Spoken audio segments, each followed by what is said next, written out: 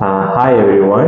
So ഇന്ന് നമ്മൾ സംസാരിക്കാൻ പോകുന്ന വിഷയം ഹിയറിംഗ് എയ്ഡ്സ് അല്ലെങ്കിൽ ശ്രവണ സഹായി എന്നതിനെ പറ്റിയാണ്. സോ ഹിയറിംഗ് എയ്ഡ് അല്ലെങ്കിൽ ശ്രവണ സഹായി എന്ന് പറയുമ്പോൾ നമുക്ക് കേൾക്കുവാൻ ബുദ്ധിമുട്ടുള്ള ആളുകളിൽ അവർക്ക് സൗണ്ട് ആംപ്ലിഫൈ ചെയ്ത് അവരെ ഹെൽപ്പ് ചെയ്യുന്നതിനാണ് നമ്മൾ ഹിയറിംഗ് എയ്ഡ് യൂസ് ചെയ്യുന്നത്. സോ ഹിയറിംഗ് എയ്ഡിൻ്റെ മെക്കാനിസം എങ്ങനെയാണെന്ന് പറഞ്ഞു കഴിഞ്ഞാൽ ഇതിലുള്ള മൈക്ക് വഴി പുറത്തുനിന്നുള്ള സൗണ്ട് അല്ലെങ്കിൽ ഒരാളുടെ സ്പീച്ച് പിക്ക് ചെയ്തെടുത്തിട്ട് അതിൻ്റെ അകത്തുള്ള ആംപ്ലിഫയർ വെച്ചിട്ട് ആംപ്ലിഫൈ ചെയ്തിട്ട് സ്പീക്കർ വഴി പേഷ്യൻറ്റ് ഡെലിവറി ചെയ്യുന്നു. അപ്പം കേൾവിക്കുറവുള്ള പേഷ്യൻസിന് ഇത് യൂസ് ചെയ്യാൻ പറ്റും. ഹിയറിംഗ് എയ്ഡ് നമുക്ക് ഇങ്ങനെ തരംതിരിക്കാം: behind the ear, receiver in the canal, in the ear, in the canal, completely in the canal, invisible in the canal.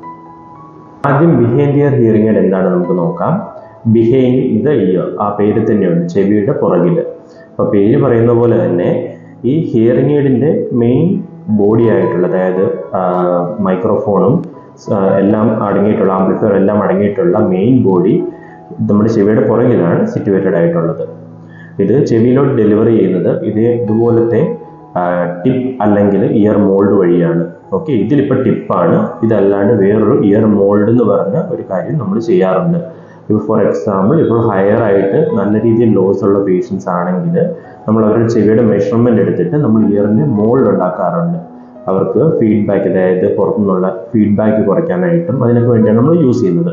അപ്പം come back to the point, ear tip അല്ലെങ്കിൽ ear mould ചെവിയുടെ അകത്ത് situate ചെയ്യുകയും ഇത് തമ്മിൽ connect ചെയ്യാനായിട്ടൊരു hook ഉണ്ട്. ഇങ്ങനെയാണ് ഈ ഹിയറിംഗ് എയ്ഡ് രൂപകൽപ്പന ചെയ്തിരിക്കുന്നത്. ഇത് നമുക്ക് റീചാർജബിൾ ഓപ്ഷനും ഉണ്ട്, നോൺ റീചാർജബിൾ ഓപ്ഷനും ഉണ്ട്, ബാറ്ററി ഓപ്പറേറ്റ് ചെയ്യുന്ന ഓപ്ഷനും ഉണ്ട്. ഓക്കെ, ഇതിൻ്റെ മെയിൻ ആയിട്ടുള്ള മൈക്രോഫോണും ആംപ്ലിഫയറും എല്ലാം തന്നെ ഇതിൻ്റെ ഈ മെയിൻ ബോഡിയിൽ തന്നെയാണുള്ളത്. അതുപോലെ തന്നെ ഓൾമോസ്റ്റ് എല്ലാ ഡിഗ്രിയിലും എല്ലാ ഏജിലുമുള്ള പേഷ്യൻസിന് നമുക്ക് ഈ ഹിയറിംഗ് എയ്ഡ് കൊടുക്കാൻ പറ്റും. കാഴ്ചയിൽ ഞാൻ ഈ പറയുന്ന ഹിയറിംഗ് എയ്ഡ്സിൻ്റെ ഏറ്റവും വലുപ്പമുള്ള ഒരു ഹിയറിംഗ് എയ്ഡാണ് ഇത്.